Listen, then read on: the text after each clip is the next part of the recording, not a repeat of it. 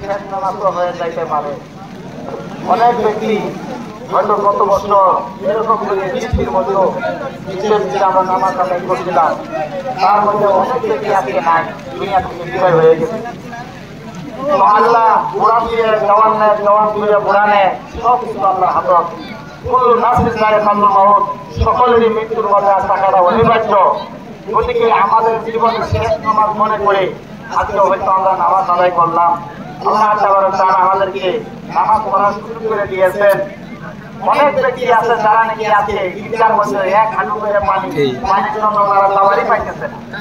আমি তিনটা ঈদগাহ দেখে আসি, বিশেষ করে আমাদের ভগবান দিকে ঈদগাহ মূলত একবার মুখে নামাজ হবো না, যে এক হাঁটু করে পানি আছে। তাই সাথে সাথে আমার নিজের শ্রোতাদের ভিতরে গত রাতে আমার পরিবারে একজন মারা গেছে, উনি আজকে ঈদের নামাজ তারা আদায় করতে পারবো না।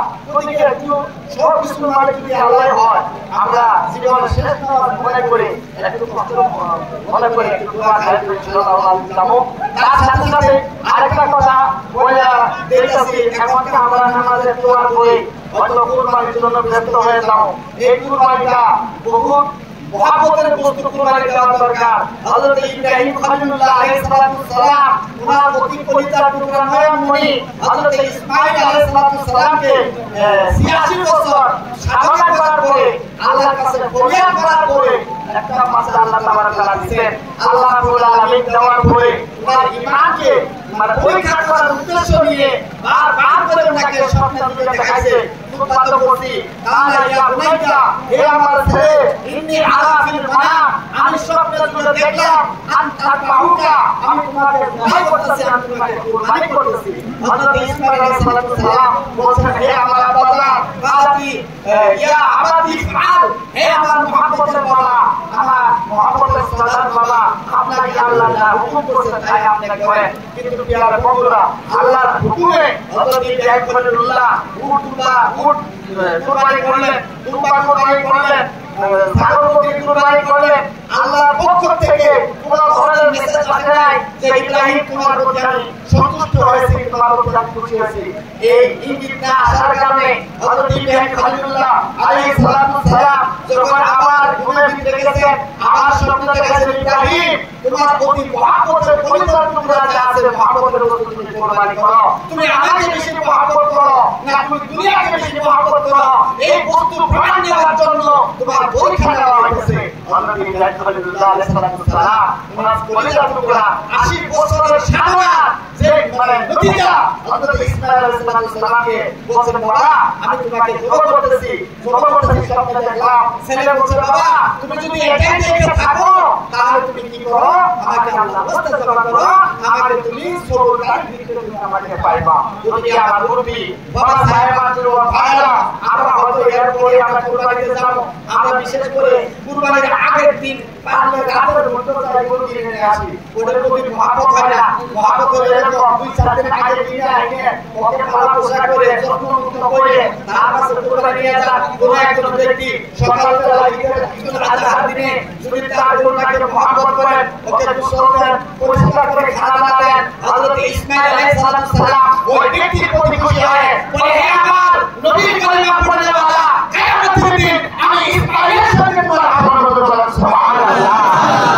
বলে আমার বন্ধুরা, এই একটা অনুরোধ চাই যে আমরা খরচ না করে কুরবানি কোনরকম করে গলা কাটছে তারপর চাকু দিয়ে টানা করে ফেলাই, এরকম করে কুরবানি হবে না। কুরবানির জানোয়ারটা পরিষ্কার হিসেবে ওকে দুনিয়া থেকে বিদায় হওয়াতে মহব্বত করে এখনকার একটা এক্সাম্পল দে, আল্লাহ যদি হয়তো যদি গরু কুরবানি না করে, মোষ কুরবানি না করে, খোদার কসম ইসমাঈল যদি কুরবানি হতো তাহলে কোনাদের সন্তান যদি কুরবানি করতে লাগতো তাহলে খোদার কসম বেটার গলার মধ্যে শুনে লাগানি করে বাপে কমসে কম চোখের পানি হয়তো আর বারবার করে বেটার দিকে তাকাইতো, আমি অন্য তাকে সাধু আর মানতো না। গতিকে প্রিয় মুসলমান, কুরবানির জন্তুকে মহব্বত করেন, কুরবানির জন্তুকে মানে মহব্বত করেন, মহব্বতের সাথে কুরবানি করবেন। তার সাথে সাথে আরেকটা কথা আছে, একটা বর্তমান যুগের সাথে মিলে প্রশাসন বিভাগের তরফ থেকে যেগুলি বস্তু মানে এসপি দেওয়া হয়েছে, এগুলি থেকে আমরা একটা খেয়াল করি।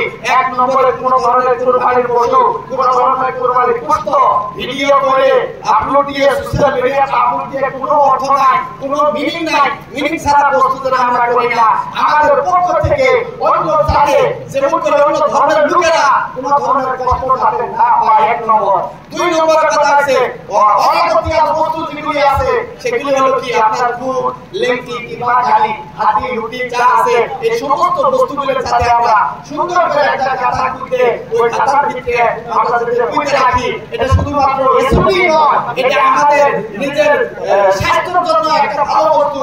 ওই জায়গায় যদি দুর্গন্ধ আসে তা ওই দুর্গন্ধ আমাদের ভিতরে ঢুকে আমাদের বিভিন্ন ধরনের ক্ষতি করব, ওইদিকে একটু খেয়াল রাখবেন। দুই নম্বর কথা আছে যে কোরবানি করার পরে আমরা এটা সবাই জানি সুন্দর করে তিনটা ভাগ করবেন, ভাগ করার পরে সমাজে একটা দিবেন, আমরা দরিদ্র দুঃখীকে একটা দিবেন, একটা মাছ হাতে রাখবেন। তো আল্লাহ তাআলা হযরত ইসমাঈল সাল্লাল্লাহু সাল্লাম আপনারা কত হয়তো ভিডিও তো গেছি নাকি সাদা করে বলি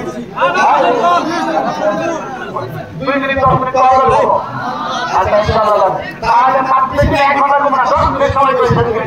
তো এখন হযরত ইসমাঈল সাল্লাল্লাহু সাল্লামকে যখন কুরবানি করতে নিয়ে যান, তার মা হাজরাকে হযরত আব্রাহিম সাল্লামকে যা বলে তুমি আমার সন্তানকে তুমি সামনে দাও, আমার সন্তানকে তুমি সুন্দর করে দাও, আমার সন্তানকে ভালো কাপড় পরিধান করে দাও, আমার সন্তানকে ভালো লাগায় দাও, ওই জানি এক জায়গায় নিয়ে যাইতাম।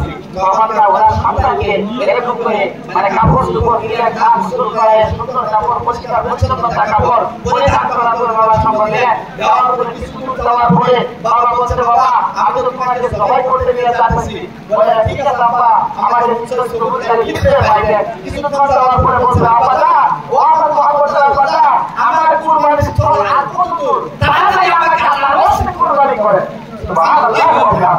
তো ইমানদার তাকেই বলে যারা আল্লাহর সন্তুষ্টির জন্য আল্লাহর নিকট লাভের জন্য নিজের মান সম্মান ছেলে মেয়ে আব্দুল আলী বিসর্জন দিয়ে আল্লাহর নিকট করতে চায়। আজকে সাধারণ তাই আমাদের কষ্ট আর ইসলামের জন্য নিজের ছেলেদের ত্যাগ দিয়েছেন, মেয়েকে ত্যাগ দিয়েছেন, নিজের বংশ পরিবারকে ত্যাগ দিয়া নবীকে খুশি করার জন্য চেষ্টা করতে পারেন। হযরত ইসমাঈল আলাইহিস সালাম আল্লাহ